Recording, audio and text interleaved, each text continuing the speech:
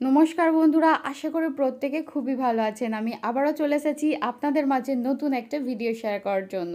বন্ধুরা, আজকের রেসিপিটা কিন্তু খুবই দুর্দান্ত হতে চলেছে এবং একদম কিন্তু নতুন একটা রেসিপি। তো অবশ্যই আজকের রেসিপিটা একটু স্কিপ না করে শেষ অবধি দেখার অনুরোধ রইল প্রত্যেকের কাছে। আর ভালো যদি লাগে একটা লাইক করতে কিন্তু একদমই ভুলো না। আর আমার চ্যানেলটা সাবস্ক্রাইব করে অল বাটনটা প্রেস করে আমার পাশে থাকার অনুরোধ রইল। বন্ধুরা, আজকের আমি আপনাদের সাথে শেয়ার করব কিন্তু তরমুজের খোসা দিয়ে একটা লোভনীয় পাঁপড়, যেটা কিন্তু বানাতে খুবই সহজ এবং এটা খেতেও কিন্তু দুর্দান্ত স্বাদের। এটা ছোট থেকে বড় প্রত্যেকেই খুবই পছন্দ করবে আর সামান্য ঘরে থাকা উপকরণ দিয়ে কিন্তু ঝটপট তৈরি হয়ে যায়। তো আজকের এই রেসিপিটা আমি কিভাবে বানিয়েছি চলুন দেখিয়ে দিই।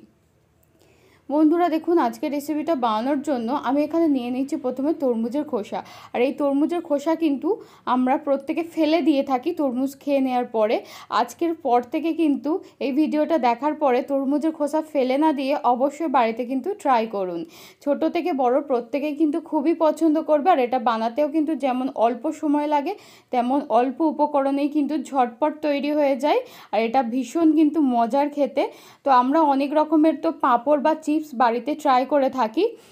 এবারে আজকের এই ভিডিওটা দেখার পরে অবশ্যই তরমুজের খোসা দিয়ে কিন্তু বাড়িতে এই চিপস বা পাঁপড় কিন্তু একবার হলেও ট্রাই করতে একদমই ভুলো না। আর বাড়িতে যদি ট্রাই করে থাকো তাহলে কিন্তু আমার কমেন্টে জানাতে ভুলো না যে কেমন লাগলো। এই তরমুজের খোসাটা দেখুন আমি নিয়ে নিয়েছি। আর পিছনের যে শক্ত যে সবুজ কালারের যে খোসাটা হয় ডিপ, সেই খোসাটা আমি বাদ দিয়ে দিয়েছি। আর উপর থেকে এই যে লাল অংশটা দেখছো এটাও বাদ দিয়ে নেব। দেখুন বন্ধুরা, তরমুজের খোসার একদম পিছনের অংশটাও আমি পরিষ্কার করে নিয়েছি। আর সামনে যে যেটুকু লাল অংশ ছিল সেটাও কিন্তু পরিষ্কার করে নিয়েছি। নেয়ার পরে এখানে দেখুন একটা আমি কাঁটা চামচ নিয়ে নিয়েছি। আর এই কাঁটা চামচ দিয়ে আমি কি কাজে ব্যবহার করছি অবশ্যই দেখতে থাকুন। দেখুন বন্ধুরা, আমি এখানে প্রত্যেকটা তরমুজের খোসার যে পিসগুলো সেই টুকরোগুলোকে দুদিক কিন্তু খুব ভালো করে ছিদ্র করে নিয়েছি। আর এই খোসাগুলোর মধ্যে আমি কেন দু সাইডে এভাবে ছিদ্র করে নিয়েছি সেটা আমি অবশ্যই কিন্তু ভিডিওর মধ্যে বলে দেব বা দেখিয়ে দেব। তো একটু স্কিপ না করে ভিডিওটা শেষ অবধি দেখতে থাকুন। আশা করছি প্রত্যেকের খুবই পছন্দ হবে, খুবই ভালো লাগবে। তো দেখুন বন্ধুরা, ছিদ্রগুলো আপনারা খেয়াল করলে বুঝতেই পারবেন কতটা ঘন ঘন করে করে নিয়েছি। আর এটা কিন্তু খুব সহজেই ছিদ্রটা হয়ে যাবে, খুব একটা কিন্তু ঝামেলার কিছু নেই।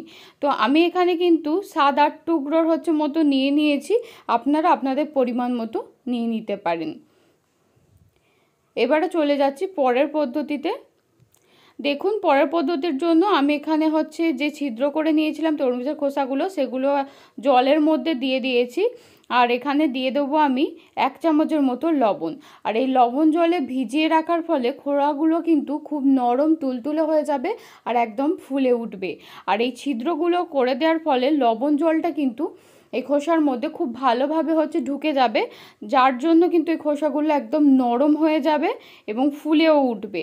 তো অবশ্যই আপনারা কিন্তু এই লবণ জলে 10 থেকে 15 মিনিট এই খোসাগুলোকে ভিজিয়ে রাখার চেষ্টা করবেন। তারপরে গিয়ে কিন্তু রান্নাতে ব্যবহার করব। তো আমি এখানে লবণ জলের মধ্যে রেখে দিয়েছি। আর জলটা এমন পরিমাণে দেবেন যেন প্রত্যেকটা খোসা জলের মধ্যে খুব ভালোভাবে ডুবে থাকতে পারে। তো 10 মিনিট পরে ফিরে আসছি।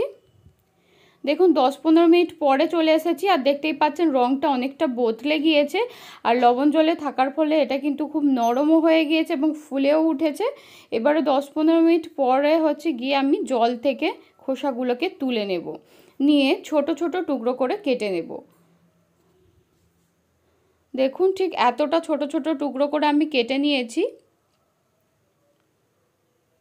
আর এটা যেহেতু একদম নরম হয়ে গেছে, কাটার জন্য কিন্তু খুব একটা ঝামেলারও কিছু নেই।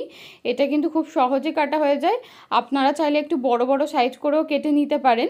এবার আমি এগুলোকে মিক্সচার জারের মধ্যে দিয়ে একটা স্মুথ পেস্ট বানিয়ে নেব। দেখুন সমস্ত টুকরোগুলোকে নিয়ে নিচ্ছি, নিয়ে এখানে পরিমাণ মতো সামান্য জল দিয়ে নেব। বেশি জল দেওয়ার কিন্তু প্রয়োজন নেই, কম জল দিয়ে এলে কিন্তু খুব ভালো পেস্ট একটা হবে। তো আমি সেই জন্য এখানে অল্প পরিমাণে জল দিয়ে দেব প্রথমে, দিয়ে একটা স্মুথ পেস্ট বানিয়ে নেব। দেখুন বন্ধুরা, এটা স্মুথ পেস্ট বানানো হয়ে গিয়েছে। এবারে আমি এর মধ্যে আরও কিছুটা জল দিয়ে দেব। যদি একেবারে আপনারা বেশি পরিমাণে জল দিয়ে এটা পেস্ট করেন তাহলে কিন্তু পেস্টটা খুব ভালোভাবে হবে না। তো সেই জন্য অল্প জল দিয়ে আগে পেস্ট করে নেবেন, তারপরে এক্সট্রা জল দিয়ে আবার আরও একবার মিশিয়ে নেবেন। আরও একবার ঘুরে নেওয়ার পরে দেখুন এবার আমি নিয়ে নিয়েছি এখানে একটা নেট। আপনারা আপনাদের হাতের কাছে ছাঁকনি বা সুতির যে কোনো কাপড় নিয়ে নিতে পারেন। আমি এখানে এই নেট দিয়ে খুব ভালোভাবে এটাকে ছেঁকে নেব, কারণ আজকে আমাদের এই রেসিপিটার জন্য লাগবে খোসার জুসটা। তো সেই জন্য দেখুন জুসটা ছেঁকে নিয়ে নিয়েছি। আর এখানে এবারে আমি একটা কড়াই বসিয়ে দিয়েছি, আর গ্যাসটাকে কিন্তু আমি মিডিয়াম টু হাই আঁচে করে দিয়েছি। দিয়ে এখানে তরমুজের খোসার পুরো জুসটা নিয়ে নিলাম। এখানে জুস আমার হয়েছে প্রায় 2 কাপের মতো। এখানে দেখুন বন্ধুরা, একটা পাত্রের মধ্যে আমি নিয়ে নিয়েছি 3.5 চামচ ময়দা, আর পরিমাণ মতো জল দিয়ে কিন্তু একটা পেস্ট বানিয়ে রেখেছি। আর এখানে একটু খেয়াল করলে দেখতেই পাবেন তরমুজের যে খোসার জুসটা আমি জাল দিতে বসিয়েছিলাম সেটা কিন্তু ফুটে অনেকটা ঘন হয়ে গেছে। আর এই রকম ঠিক ঘন হয়ে গেলে এর মধ্যে আমি দিয়ে দেব যে জল আর ময়দার যে মিশ্রণটা আমি তৈরি করেছি সেই মিশ্রণটা দিয়ে দেব। অবশ্যই কিন্তু এই মিশ্রণটা দেওয়ার সময় আঁচটাকে একদম লো আঁচে আর রাখতে হবে, রেখে কিন্তু দিয়েই অনবরত এটাকে নেড়ে চেড়ে নিতে হবে, নাহলে ময়দার মিশ্রণটা কিন্তু তলায় লেগে যেতে পারে বা বসে যেতে পারে। তাই লো আঁচে দেওয়ার পরে কিন্তু অবশ্যই মিশ্রণটা অনবরত নেড়ে এভাবে ঘন করে নিতে হবে। দেখতেই পাচ্ছেন একদম ঘন কিন্তু একটা মিশ্রণ তৈরি হয়ে গেছে। পরিমাণ মতো দিয়ে দিলাম এখানে লবণ। ব্যাস, আজকের এই রেসিপিটার জন্য কিন্তু এই সামান্য উপকরণই যথেষ্ট, আর কিন্তু কোনো রকম উপকরণ লাগবে না। আর আশা করছি আজকের আমি এই রেসিপিটাতে যে সামান্য উপকরণগুলো ব্যবহার করেছি সেটা প্রত্যেকের কিন্তু হাতের কাছে সবসময় অ্যাভেলেবেল থাকে। তো এটা বানাতে কিন্তু খুব একটা কঠিন হবে না। আর আমি এখানে দেখুন একটা পাত্রের মধ্যে কিছুটা মিশ্রণ তুলে নিয়েছি, আর এর মধ্যে আমি আমার পছন্দ মতো একটা ফুড কালার ব্যবহার করছি। অবশ্যই আপনারা আপনাদের পছন্দ মতো অন্য কোনো ফুড কালার ব্যবহার করতে পারেন, কোনো সমস্যা নেই। আর যদি চান যে ফুড কালার ব্যবহার করবেন না, তাহলে কিন্তু আপনারা ফুড কালার ছাড়াও এটা শুধুমাত্র সাদা রেখেও ব্যবহার করতে পারেন। আমি এখানে দেখুন গ্রাম বাংলায় খুবই পরিচিত একটা জিনিস নিয়ে নিয়েছি, যেটাকে আমরা বাংলা ভাষায় বলি কুলো। তো তার উপরে আমি এখানে একটা পলিথিন বিছিয়ে নিয়েছি। আর এই পলিথিনের মধ্যে পুরো মিশ্রণটা থেকে কিছুটা করে পরিমাণ নিয়ে আমি এখানে একটা ছোট ছোট সাইজ করে কিন্তু দিয়ে দিচ্ছি চিপস বা পাঁপড়গুলোকে। আপনারা অবশ্য আপনাদের পছন্দ মতো বড় সাইজ বা ছোট সাইজ করেও কিন্তু করে নিতে পারেন। আমি এখানে একটু ছোট ছোট সাইজ করে নিচ্ছি। একে একে সমস্ত পাঁপড়গুলোকে কিন্তু এভাবে পলিথিনের উপরে বিছিয়ে নেব। দেখুন বন্ধুরা, এখানে আমি সমস্ত পাঁপড়গুলোকে দিয়ে দিয়েছি। আর দেখতেই পাচ্ছেন এটা কতটা সুন্দর দেখতে লাগছে। আর যেহেতু ফুড কালার ব্যবহার করেছে তো সেজন্য এটা কালারফুল লাগছে। আপনারা শুধু কিন্তু এটা সাদাও রাখতে পারেন, টেস্টের কোনো রকম পরিবর্তন হবে না। আর এটা আমি পুরো কিন্তু 2 দিন রোদে দিয়ে শুকনো করে নিয়েছি। আর এটা দেখতেই পাচ্ছেন যে কতটা পাতলা হয়ে তৈরি হয়েছে, একদম কাগজের মতো কিন্তু পাতলা হয়ে গেছে শুকনো হয়ে যাওয়ার পরে। আর এটা কড়াই দিলে কিন্তু একদম ফুলে তৈরি হয়ে যাবে। এটা দেখতেই পেলেন বন্ধুরা কতটা সহজ উপকরণ দিয়ে আমি বানিয়েছি, সামান্য ঘরে থাকা উপকরণ ব্যবহার করেছি। আর এটা বানাতে কিন্তু খুব একটা ঝামেলা বা সময়ের প্রয়োজন হয়নি।